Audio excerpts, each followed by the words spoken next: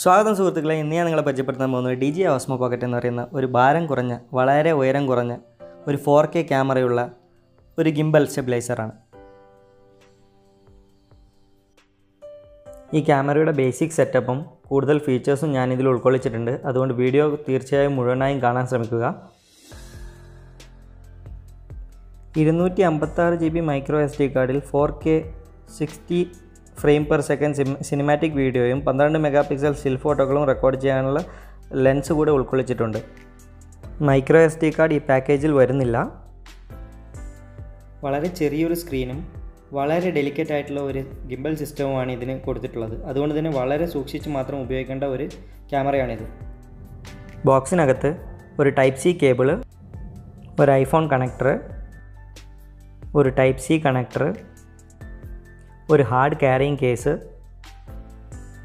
കേസിന് കണക്ട് ചെയ്യാനുള്ള സ്ട്രാപ്പും പിന്നെ കുറച്ച് യൂസർ മാനുവലുമാണ് പ്രൊവൈഡ് ചെയ്തിട്ടുള്ളത്.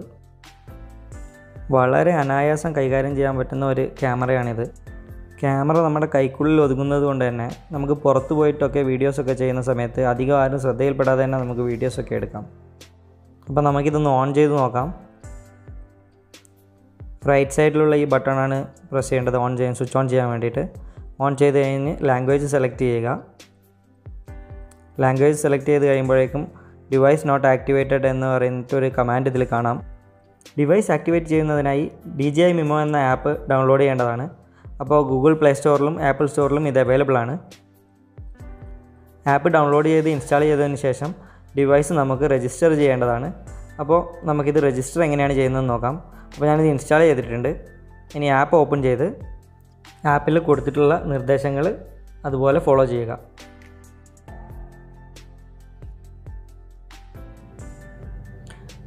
രജിസ്റ്ററൊക്കെ ചെയ്ത് കഴിഞ്ഞതിന് ശേഷം ഈ പാക്കേജിൽ പ്രൊവൈഡ് ചെയ്തിട്ടുള്ള കണക്ടർ യൂസ് ചെയ്തിട്ട്, ഞാനിപ്പോൾ Type C കേബിളാണ് എൻ്റെ ഇതിന് Type C കണക്ടറാണ് വർക്കാവുക എൻ്റെ ഫോണിന്.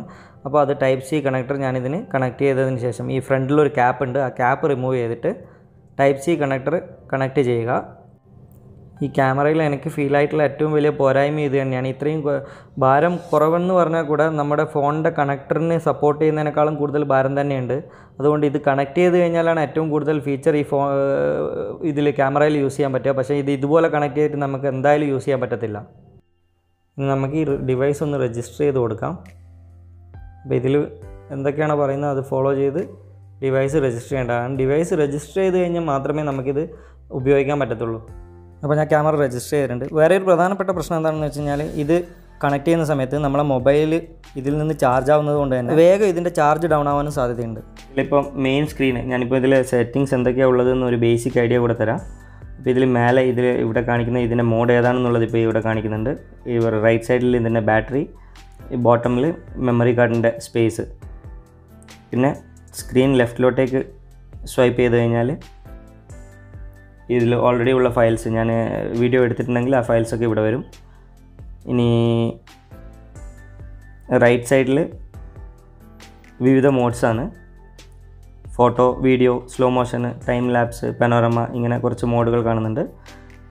ബോട്ടമിലേക്ക് പോയി കഴിഞ്ഞാൽ ക്യാമറയുടെ ലെൻസ് സ്റ്റഡി ചെയ്യാൻ വേണ്ടിയിട്ടുള്ള, റീസെറ്റ് ചെയ്യാൻ വേണ്ടിയിട്ടുള്ള ഒരു ഓപ്ഷൻ. കാരണം നമ്മളിപ്പോൾ ടിൽട്ടായിട്ടാണ് ഇത് പിടിച്ചിട്ടുള്ളതെങ്കിൽ തന്നെ ക്യാമറ സ്ട്രൈറ്റ് ആവും. ഇത് പ്രസ് ചെയ്ത് കഴിയുമ്പോഴത്തേക്ക് ക്യാമറ സ്ട്രൈറ്റ് ആവും. നോക്കിക്കോളൂ, ഇത് പ്രസ് ചെയ്ത് കഴിഞ്ഞാൽ ക്യാമറ സ്ട്രൈറ്റ് ആയി. ഈ ബട്ടൺ പ്രസ് ചെയ്ത് കഴിഞ്ഞാൽ ക്യാമറ സെൽഫി മോഡിലേക്ക് മാറും. സെൽഫി മോഡിലേക്ക് മാറിക്കഴിഞ്ഞാൽ നമ്മുടെ ക്യാമറ നമ്മുടെ ഫേസിനെ കറക്റ്റായിട്ട് ക്യാമറ ഫോളോ ചെയ്തുകൊണ്ടിരിക്കും.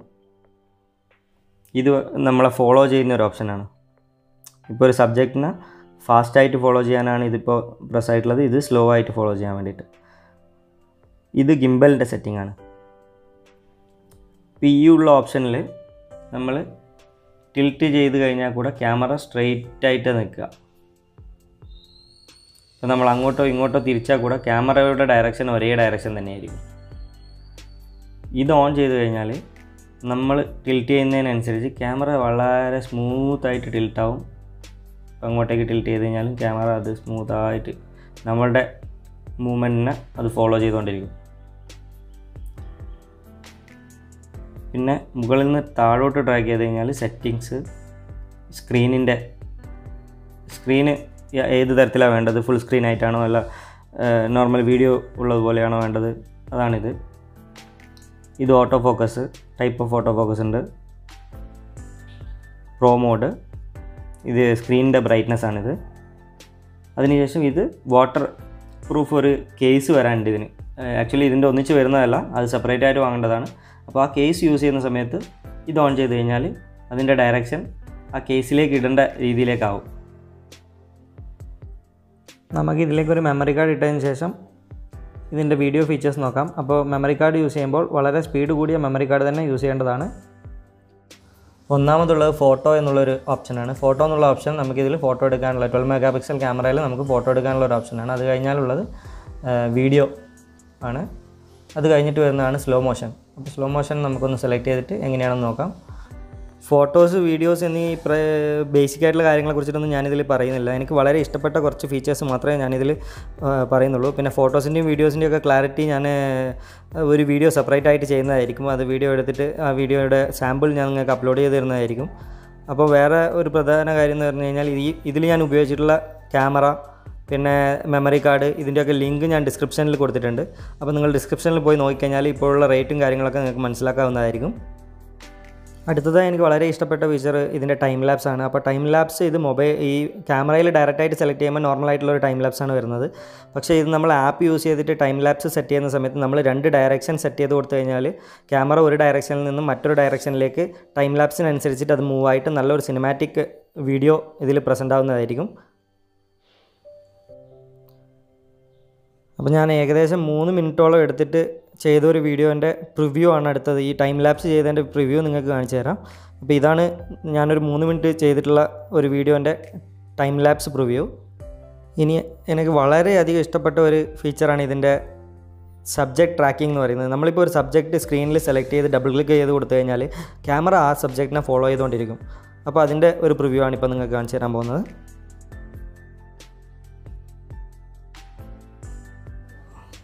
അപ്പോൾ അടുത്ത മോഡ് പനോരമയാണ്. അപ്പോൾ അത് സെലക്ട് ചെയ്തതിന് ശേഷം നമുക്ക് റെക്കോർഡ് ബട്ടൺ പ്രസ് ചെയ്ത് നോക്കാം. ക്യാമറ 4 ഡയറക്ഷനിലോട്ടേക്ക് തിരിഞ്ഞിട്ട് സ്വയം ഫോട്ടോ എടുക്കുന്നത് നിങ്ങൾക്ക് കാണാം. ഈ ക്യാമറയിൽ എടുത്ത വീഡിയോകളുടെ സാമ്പിളൊക്കെ ഞാൻ സെപ്പറേറ്റ് ആയിട്ട് ഒരു വീഡിയോ ആയിട്ട് അപ്ലോഡ് ചെയ്യുന്നതായിരിക്കും. അപ്പോൾ വീഡിയോ എല്ലാവർക്കും ഇഷ്ടപ്പെട്ടെന്ന് വിശ്വസിക്കുന്നു. ഇഷ്ടപ്പെട്ടെങ്കിൽ തീർച്ചയായും സബ്സ്ക്രൈബ് ചെയ്യണം, സപ്പോർട്ട് ചെയ്യണം. അപ്പോൾ ആ ബെൽ ഐക്കണും കൂടെ ഒന്ന് പ്രസ് ചെയ്യുന്നതാണെങ്കിൽ ഞാൻ അപ്ലോഡ് ചെയ്യുന്ന ഫ്യൂച്ചർ വീഡിയോസൊക്കെ നിങ്ങൾക്ക് തീർച്ചയായും ഫോളോ ചെയ്യാവുന്നതായിരിക്കും. എല്ലാവർക്കും നന്ദി.